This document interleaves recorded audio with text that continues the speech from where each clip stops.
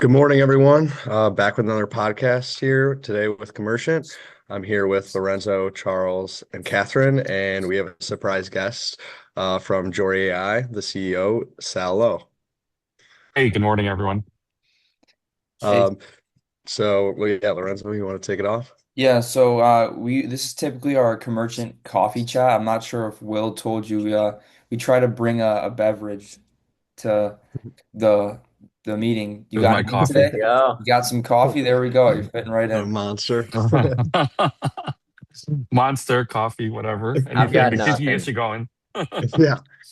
Yeah, so here at Commercient, what we specialize in is data integration, pretty much for your ERPs, your CRM, typically those two softwares that don't communicate well. We're all interns here. I think we're on our last week of the internship. It's been great. We've been specializing in AI research, stock market research, and just overall business professionalism. And so we were doing a little bit of research on you before we found out you were coming on the podcast. And one thing that personally stuck out to me was the name Jorie AI. We saw you were founded in 2015. What made you get on the AI trend so early? Because when you think of AI, you think of like recent like technology and stuff like that, but 11 years ago is a long time. What's your journey? How'd you get going? Yeah, thanks, Lorenzo. Oh my gosh, it's a long story, but I'll cut it pretty short. Basically, it just happened. I leveraged everything that I've done in the past, and I was also um, in the space way back when you ever talked about AI. So, last 30 years or so, I'm pretty old now. Just turned 60. So 30 years ago, I was owning hospitals and clinics. So that's my healthcare background. Oh, To nice. pivot from that, I also had a technology company.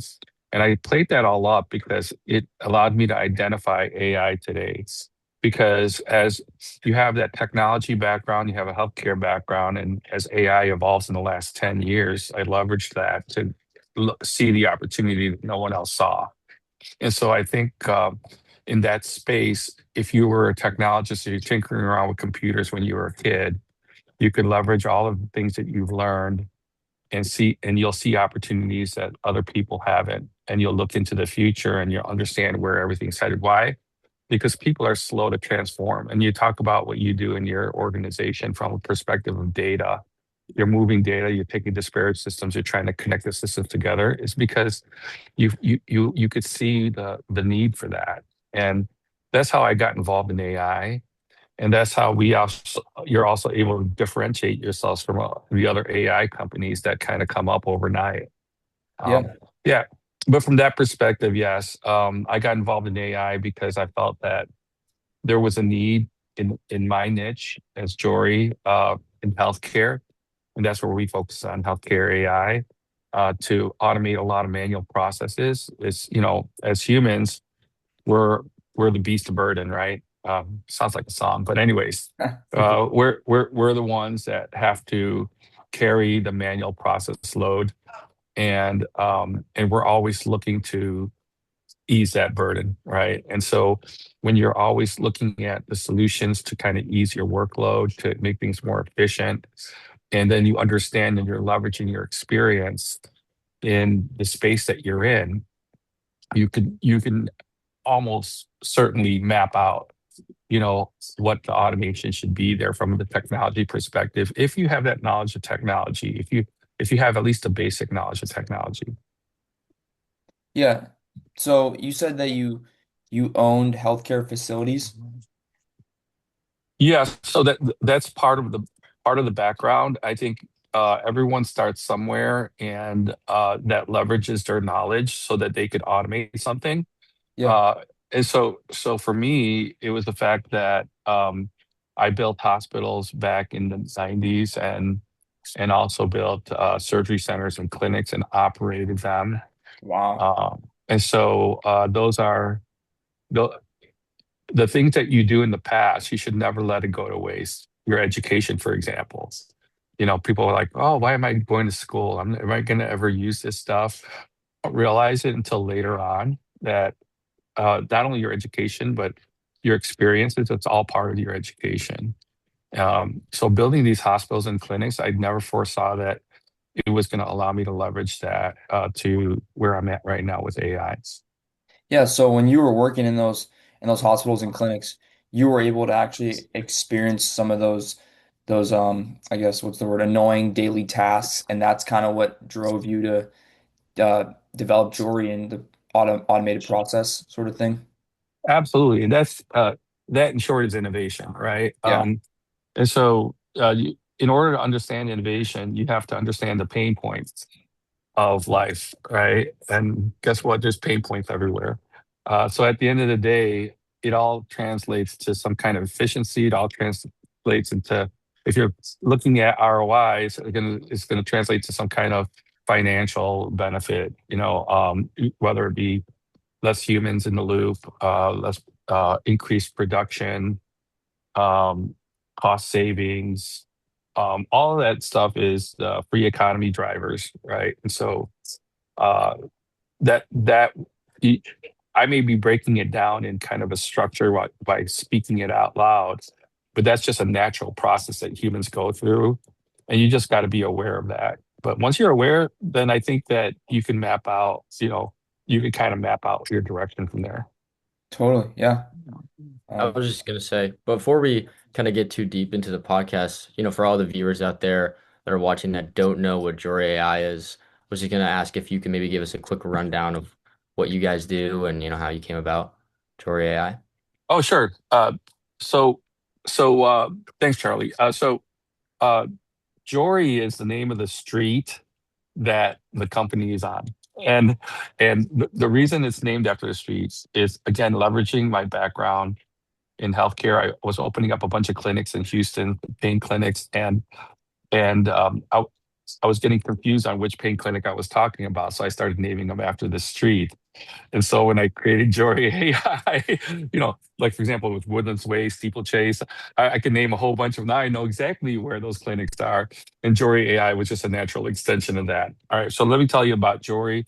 So that's the name. Jorie is a advanced automation company. And we create a end-to-end solution. What I mean by end-to-end is a full solution that learns from the front end to the back end, like a thinking sentient human being, uh, focused on healthcare. And then I'm even more focused on the piece of healthcare that is in what we call the revenue cycle space. And what that is the billing and collections going back and forth from the insurance companies and the providers, the doctors, and et cetera. Now, I'm also an investment banker, so I have to look at the uh, what what this automation does from a perspective of addressable market. It's a $3.8 trillion addressable market in the United States. That means that's what we're spending every day to take care of our healthcare. And I'm sorry, every day, every year. It's about 6 trillion right now. It's ballooning. And there's billions of dollars in losses because of these manual processes. So, Jory, what we do is we streamline the automation within that back and forth. And we're trying to save points and trying to keep the hospitals open.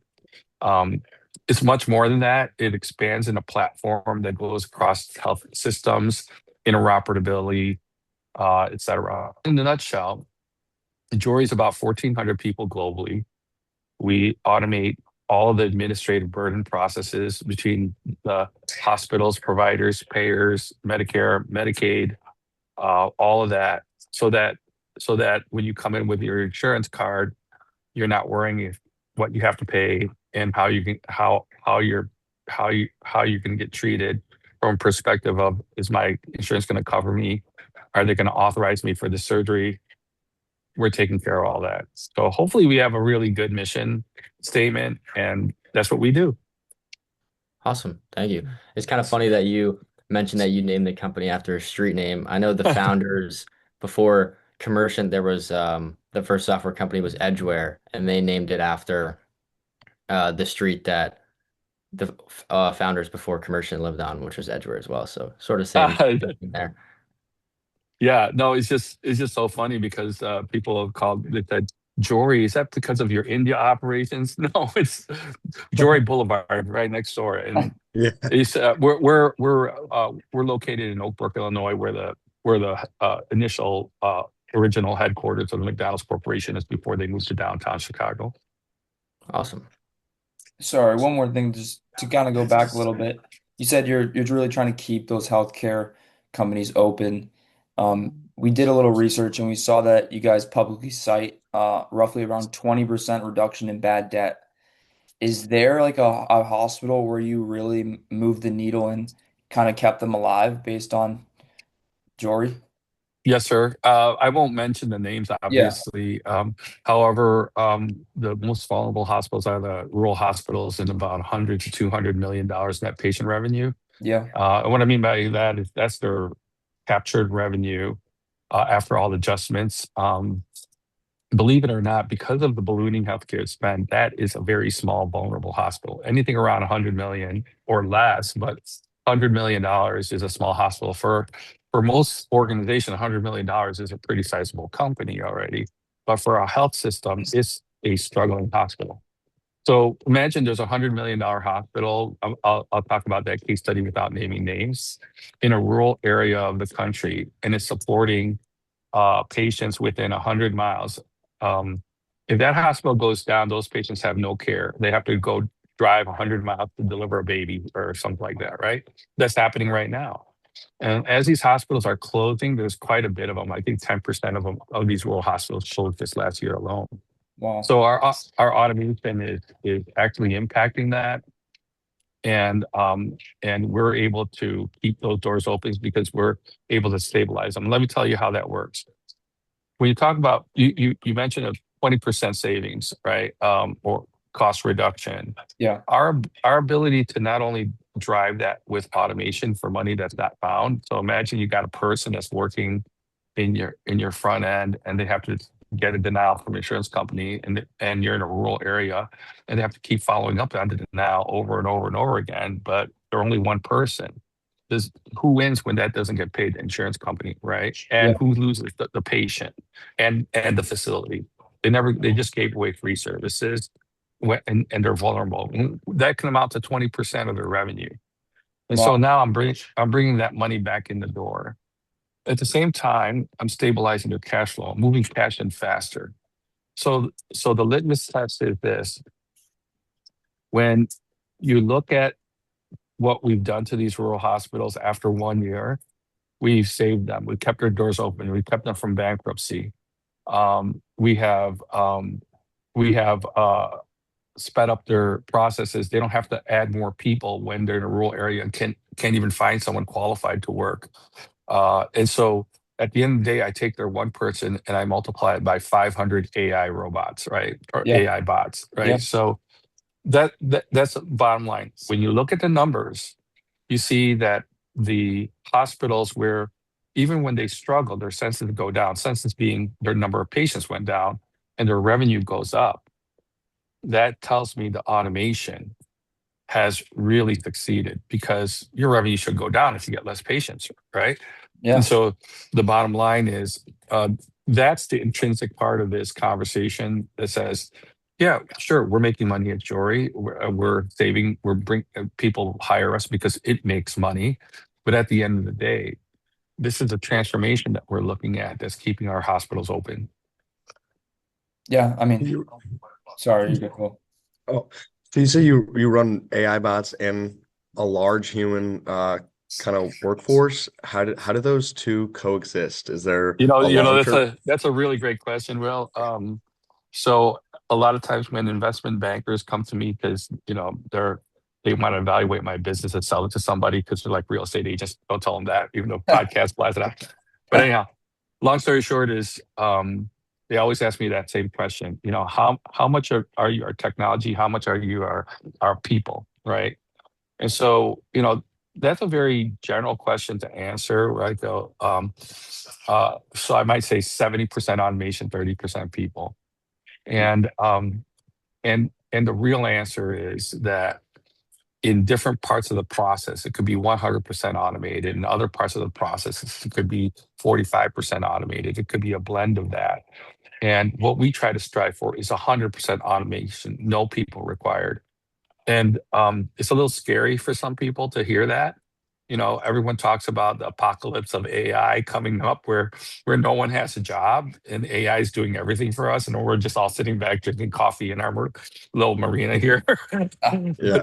But the bottom line is that it's going to take time to transform. And without scaring everybody, I would say that it's 70% automation, 30% exception handling, humans in the loop, so to speak. Um, It'll eventually be 100% no humans required at all. Going Well, off of Will's question, you said that autonomous healthcare AI is inevitable. I want to ask, what has to happen before hospitals fully trust AI to run their billing end to end? That's a good question, Catherine. So, so basically, they don't trust it right now. You would think of all the case studies that I have that everyone would throw their automation at me and go, "Hey, listen, I want Jorie to do my full revenue cycle automation." But they've got 100 people working in one piece of revenue cycle today. They've got outsourced to billing it out in India to R1.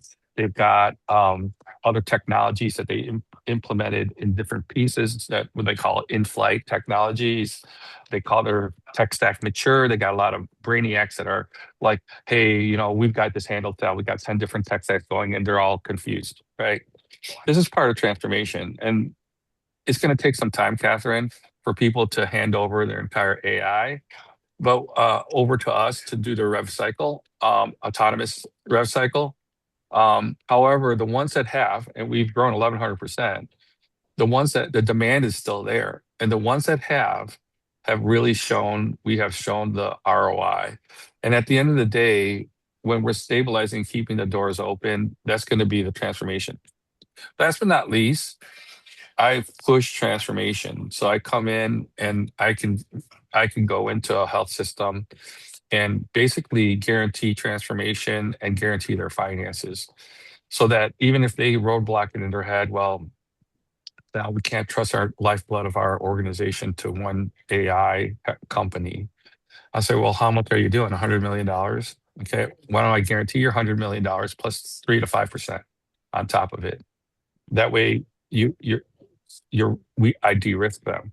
Sometimes the fear of AI and the fear of change it prevents people to transform. And so I have to take another approach instead of going, "Hey, look how great my product is and look at my results and everything." I have to go in and kind of handhold them and go, "Let me ease your burden. Let me ease your stress. Let me guarantee you this money. And let me then come and transform your company. What do you got to lose when I'm going to guarantee when rev cycle is all about making sure you got your money in the door?"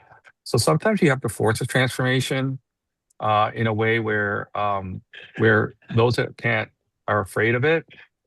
You're able to de-risk them and allow them to transform. It's not easy, Catherine. That's why not everybody is, doing this in the industry. Like you think you create the best thing on earth, and that shiny toy stays in your closet, and the lesser technologies come and clutter the market before your technology can ever have a chance, if it has a chance to even get out there. Who knows? There could have been a better technology already that just never got off the ground. Yeah. So that's so interesting because I kind of have a background in sales, and it's all about comfortability, People can know something's better for them, but one, they don't like being sold, and two, they just don't want to change because they're comfortable with what they got. Even if they know that it probably could be better for them, they just need to adjust a little bit. They're still just comfortable where they're at. And also, Lorenzo, you have to have a competitive business mind on top of just being innovative, on top of you have to and have your operational, you have to have your tech, everything going. You have to have every barrier that prevents you from getting in the door. Um, you have to be able to be aware of it because again, creating the shiny new toy is not going to get you there. For me, one of the things I could use as an example is distribution. There's bigger companies, always bigger companies than you. You Mhm. know, um, and so they have distribution networks that beat you to the market. They have hundreds of millions of dollars that basically can beat you to the market. You're enemies with them and you're friends with them. So you have to be able to work in a competitive environment professionally and make collaborations to get distribution. So that's where I think the difference between like a small startup with an idea versus scaling into $1 million, even $1 million revenue is like, what is that, like 1% of the entrepreneurs to get there, and then 10 million is like even smaller, and then to get to a multi-billion, well, you're playing with the big guys now, right? So then you have to look at distribution, you have to look at your operational scale, uh, you have to look at your market penetration and your ability to have barriers to entry that you overcome, but your competitors cannot. So it is competitive landscape. You got to understand that you're playing for a lot, and I think what people don't realize, just like anything, you guys, I don't know how many of you are involved in sports. I'm sure you are, but it's the same thing. I'm in a game here where I have to have a game plan to win, right? And you have to still have that competitive advantage because there's a lot at stake. You're talking about 1,400 people's jobs. You're talking about penetration in the market where your automation could keep hospitals open. And so it's just a bigger game. And then once you understand that, then you understand that it's not just about a cool idea, right? I would say that this is a learning lesson that I'm privileged to give to you because you don't get to understand this until you go through the same processes that I did. And a lot of people don't even get to think this way until they get to a level where you're faced with it. You either succeed, move forward, or die. I don't want to be dramatic, but it's fun No. to talk. It's fun to talk that way, nevertheless, because Yeah. it gives you it gives you some insights on what it takes to push technology. Technology is not just going to be handed to you, and it takes literally, like the ones that you see, Facebook, et cetera. I mean, there could have been a lot of Facebook startups way before Facebook. My Page, for example, they should MySpace or whatever it was. They were doing Facebook before Facebook, but they're not Facebook. Why? Well, Facebook got funded, right? That's one of the legs up that they had. So all this stuff is really things that should be considered as you kind of think about the marketplace and how you're going to win in this space. I know that you said in that you kind of talked about competition. I was, curious to know what you guys do at Jory that kind of stand out from your competitors. And, as for the future, if you're able to say what's kind of in store for the future to continue to be able to stand out and stay at the top of your market. Yeah, obviously you should always be looking at. Oh, let me answer the first question. What stands out is we created a differentiated product that was an end-to-end solution versus point solution. So first, you know, you had to look at a strategy in the very beginning when you're innovating. Are you doing something that everyone's not doing already? And then are you going to compete against that? And from the rev cycle space, people were picking on little point solutions that fix one problem, like eligibility, checking your insurance card. Guess what? Even though I kind of disparage that, people that have done that have exited 100, $200 million, right? Um, when that innovation started, and venture capitalists funded that because that was an easy lift. My differentiator is I created 30, 40, 50, 100 products around that learned from each other, that were interconnected, that were organically built. That was a big lift. I don't think any venture capitalist VC would ever fund that because it's too big of a risk. They called it like boiling the ocean. To compare it to something that you might have some kind of connection to, it's like the Apple iPhone, right? Everyone created cell phones and just did calls and texting and things like that, Nokia, et cetera, and those kind of things. Hmm. And Apple said, I'm going to do this. And you're going to use the phone for the internet and all sorts of stuff. And I'm older than you all, but before that was like, oh, that's just crazy talk, Yeah. right? We're still working on little Motorola flip phones and stuff like that, trying to figure out how to text, and Blackberries with their little keyboards, and all of a sudden Apple comes and disrupts BlackBerry, who had like 80% of the market, right? So the bottom line is that's where we're at right now. Differentiator, right? Differentiator is we've created an end-to-end that think about the complex things that go back and forth with insurance, hundreds of insurers, 3,500 payers, interconnectivity with Epic, Cerner, Meditech, Waystar, availability, the clearinghouses, the financial clearinghouses, the banks, all of that stuff is just overwhelming. You might create one tool that a VC might back and get you $100 million. But if you tell them, I'm going to do it all, they're like, Sal, you're crazy. So that's kind of it in a nutshell. And when I did it all, I had to fund it myself. So at the end of the day, I took the risk. So no risk, no reward. I'll do cliches all day long for you. But anyways, I would say that the bottom line is when the differentiator is that we created an autonomous AI that truly learns from the front end. Now, second part of your question, how do you stay ahead of that? Well, it's just AI learns and builds. It learns that specific health system and beyond. And by the time other organizations are trying to catch up to it, we're already 4 or 5 years down the road. People talk to us like a revenue cycle automation company. As our competitors are trying to compete against us and automate revenue cycle, we're already automating everything else. And so we're already down that path.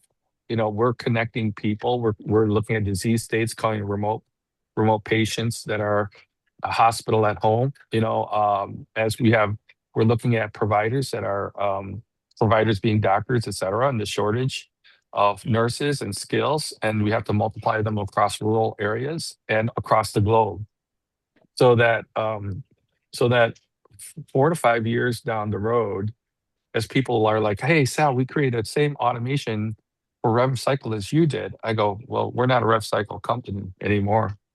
Yeah. That's kind of So how Commercient is almost. yeah, and I think that when you talk about interoperability and the data space, that's really key, because right now, not disparage, I'd say fragmented tech stacks everywhere. Fragmented being everyone's holding on to their data. Everyone wants to say, "Hey, this is my data. I'm going to control my little world," et cetera, that kind of stuff. And as we unlock those data lakes and homogenize the data across multiple platforms, you're going to see true AI. In the meantime,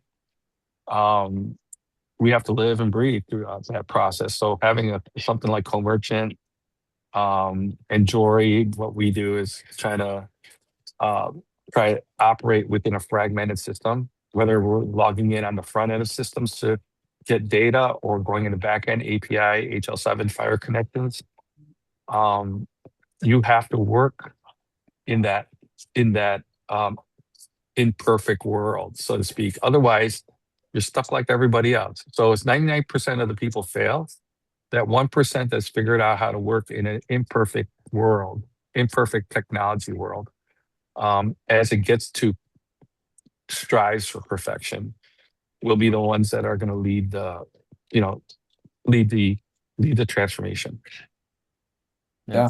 I mean, you have so many wise teachings and skills that you don't learn in school. What's the biggest, like the best lesson you've ever learned outside of school? Because there's so many, like it's like you school of hard knocks is almost how you're talking to. Is kind of what I'm understanding. Trial and error. Lorenzo, I'm going to blow you away on this one. All right. So number one, I never graduated from college. All right. Wow. I went straight to work. My brother's a neurosurgeon down in Texas. He graduated from college many, many times. Right. Wow.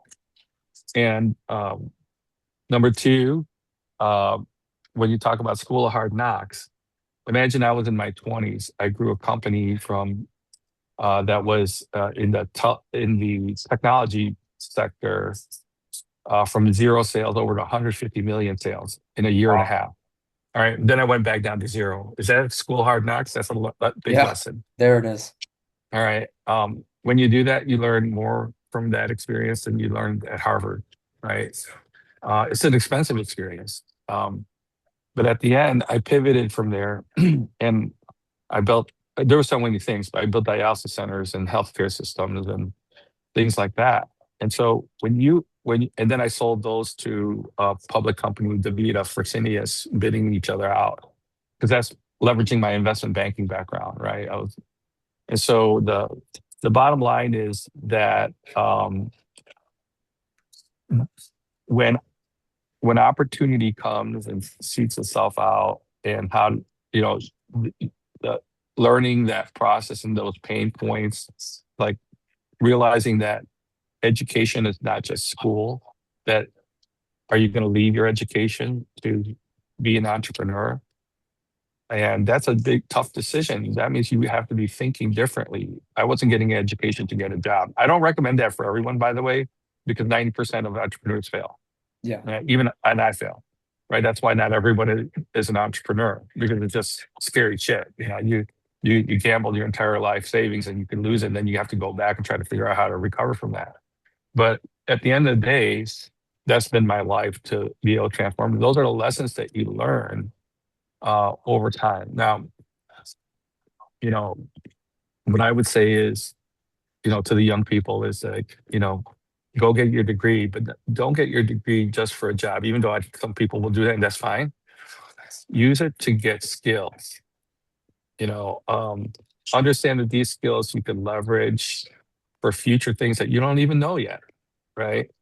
But if you're in business and you like that, well, think about the things you should have, business and the analytics training, or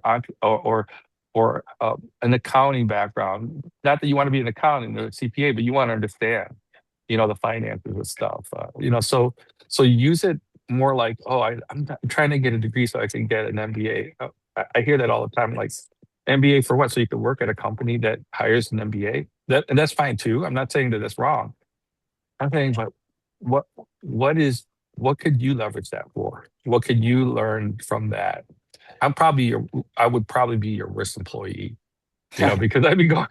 But the bottom line is, I just want to share with you from a perspective of, that those are the biggest things that kind of evolve you as a person and an entrepreneur. And and in all honesty, that pain, when I talk to young folks like yourself, interns coming into it, 90% of you won't feel that pain.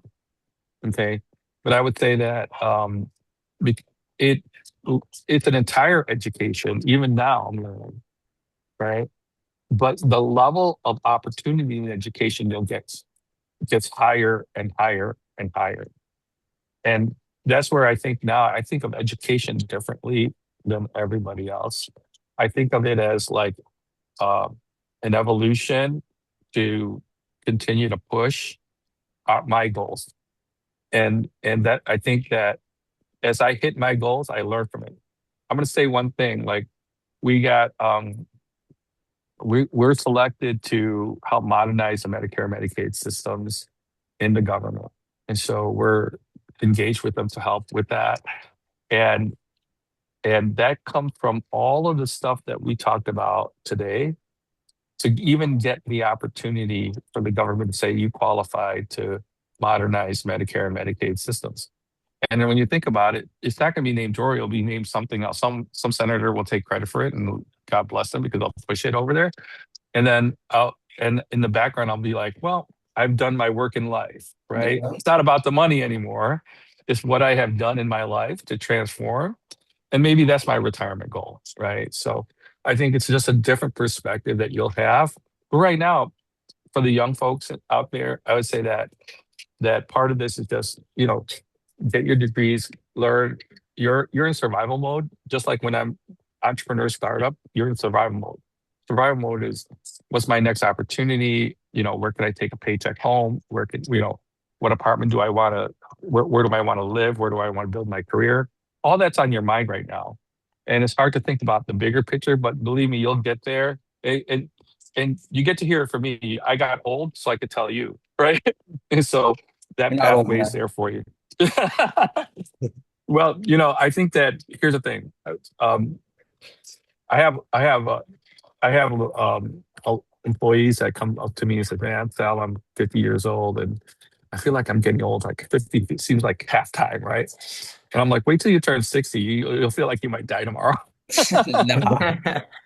But at the end, there's a sense of urgency in life, and I think that's because as humans, we only have so much time in our life, and I think you have you have you have to take what you have and understand the timeline that you have, and really plan your agenda. I don't want to let you know that, hey, everything's an emergency, but you really don't want your life to be wasted away. You want to plan your agenda for the future. And whether it be professionally or personally, a family or whatever, right? Or try to blend that, which is hard, but trying to blend that. That's the key there for everyone that's listening to this. You guys are in a golden opportunity right now that every once in a while is handed to you. Like AI is coming down the pipeline. It's like when the internet came and transformed everything. AI is even much bigger. We're going to go through a transformation that I might see part of it in my lifetime, but you'll definitely see a significant in your lifetime.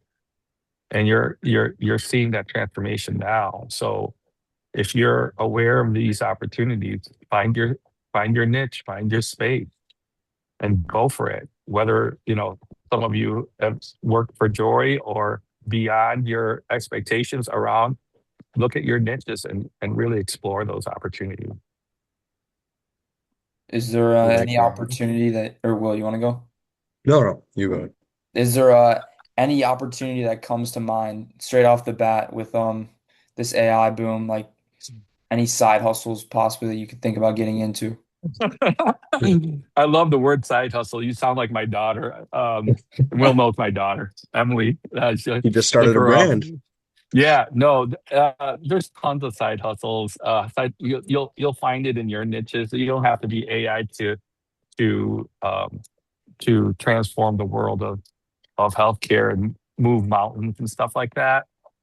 There'll be there'll be AI for everything, supply chain, Yeah. ordering, marketing. It's in everything, guys and gals. I would say that you would look at what your expertise is and implement AI across the board.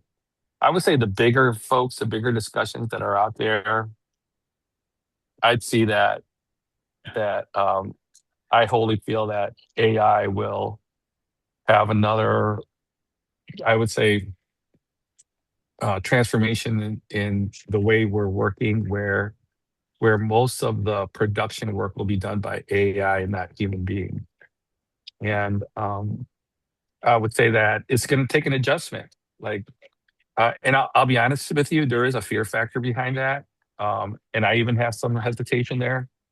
But I'm still going to push for the future because I think that we can't just sit back here, but we're going to put some guardrails around it.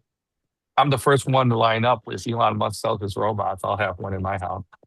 So I would say, Yeah. but you're going to see some huge transformations, and you'll just have to look at the opportunities today. You're seeing it right now, all over the internet and all over. You see automation everywhere because everyone's going to dabble in it. Everyone's going to play with it, and you're going to see it kind of evolve. It's going to start in that I guess entertainment space. You're going to see a lot of, is that now the new word is, oh, that's AI, which means that that's fake, right? Yeah. Because that's not real. It's AI, Yeah. right? So it's because AI is becoming more and more real, and then there's gonna be a point where you can't distinguish it. So it's gonna be interesting. I think you guys. If I was, I always reflect back and I go, I wish I was younger. I wish I was younger. I wish I was younger. And you're gonna reflect back and you're gonna wish you were younger. I already And wish I was younger. oh, come on, Will.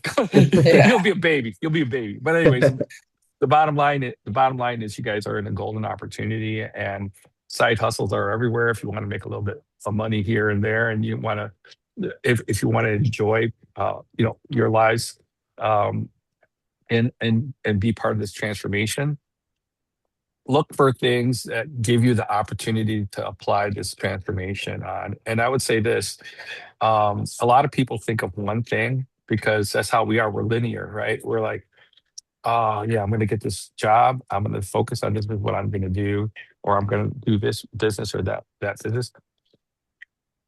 I would run 5 or 6 businesses at the same time.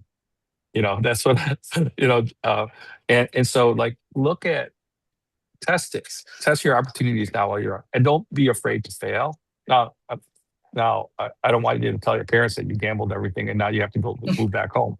But I would say that test test everything moderately. Look at your risk tolerance, and and and and don't be afraid to fail, because the learning lessons I had all stemmed from failing, believe it or not.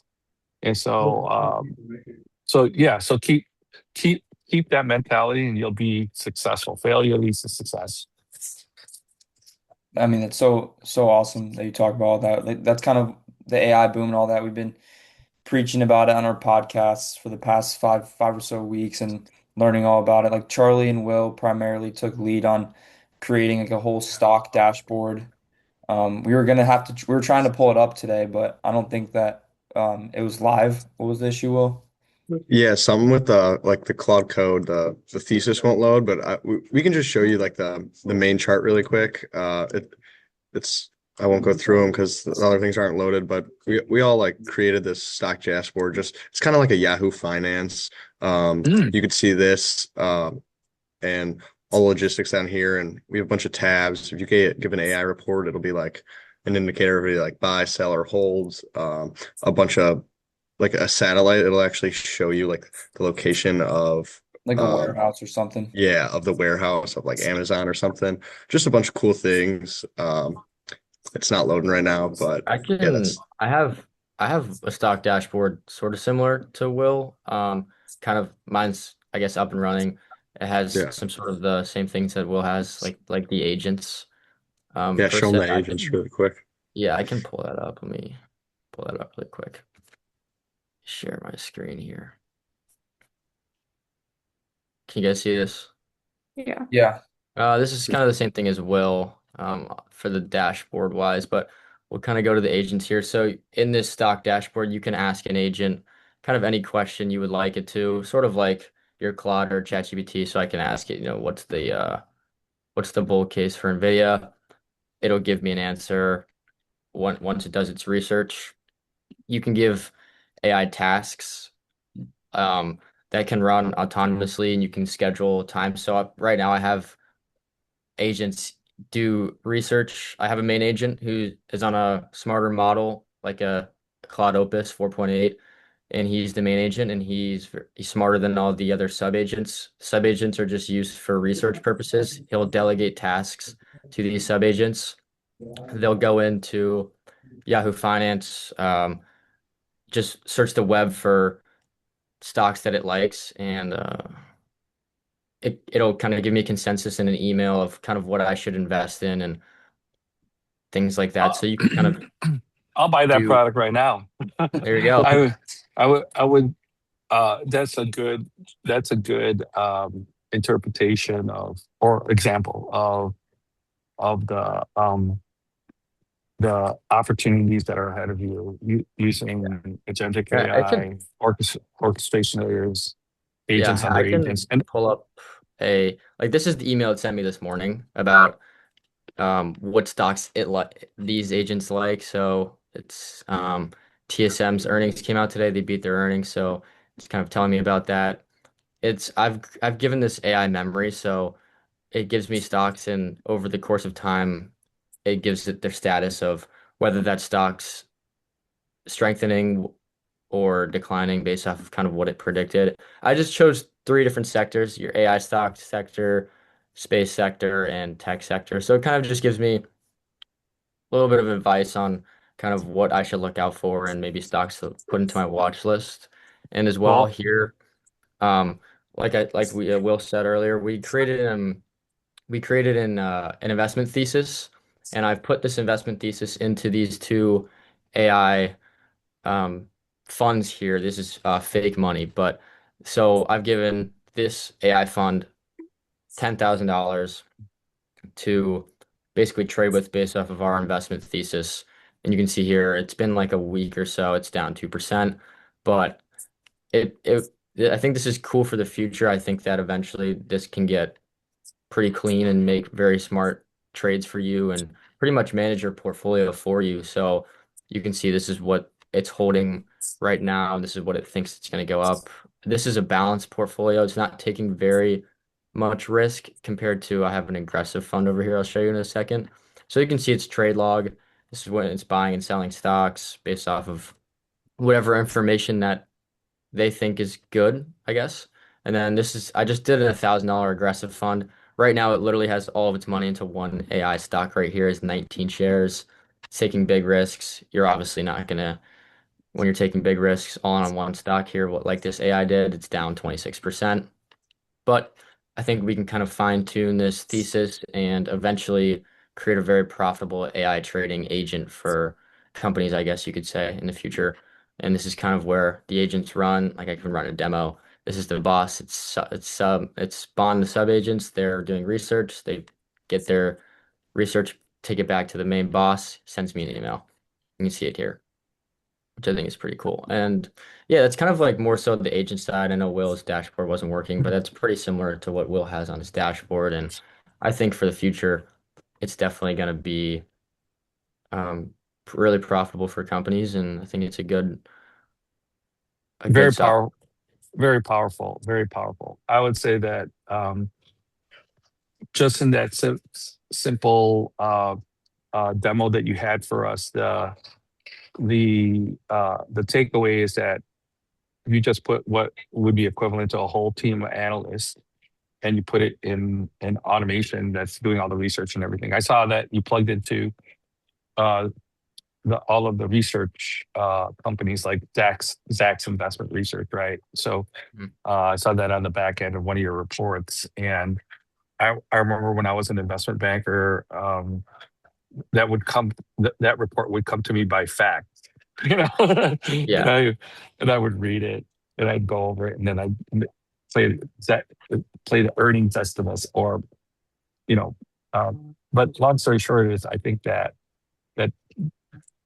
you'll find your niches. That's going to, all of that when it comes to the financial markets, that's an easy one from a perspective of ROI that uh, that AI should be applied to.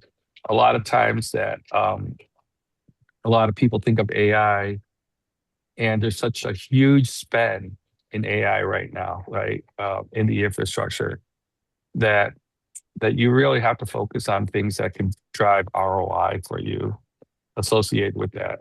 You know, so having it touch into the financial markets like that, obviously, if it doesn't drive ROI, then it doesn't matter how great your AI is. You know, no one can afford to use it. It's not either making them money or saving them money. yeah, No, good stuff, you guys. You guys have a lot of cool stuff. I Um, appreciate it. Thank you. Does anyone got any final closing thoughts? Believe so. Well, thank you very much for coming on, Sal. yeah, We had a sure. Well, We and hey, appreciate Loretta, it good so seeing you. Yeah, much. yeah, good seeing you. Charlie, Catherine, good luck with your internship. Good, Thank you. more importantly, good luck with your bright futures ahead of you, and it's going to be incredible. It's going to be amazing. You guys are going to do fantastic. So just keep working at it. Obviously, you know, Will, you know, I know your family, I know your dad, and you know all your extended friends. Happy to always be of support. And let me know if you ever um, uh, want some insights or need anything. Um, I am around in the AI trade shows and stuff, so if you guys happen to be in those parts of the world, you're always welcome. And obviously, you're always welcome in Chicago. Thank you so much for your time today. Really appreciate you, Sal. For Yeah, your Sal, time. thank you. Your insight was so valuable and your story's awesome.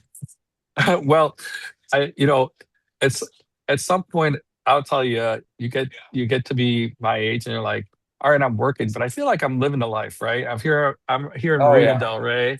I'm here in Marina Del Rey, sitting at the Ritz Carlton, having a podcast with you, and still working the business. I mean, define your lives, guys. You're gonna get it. Don't wait till you're 60.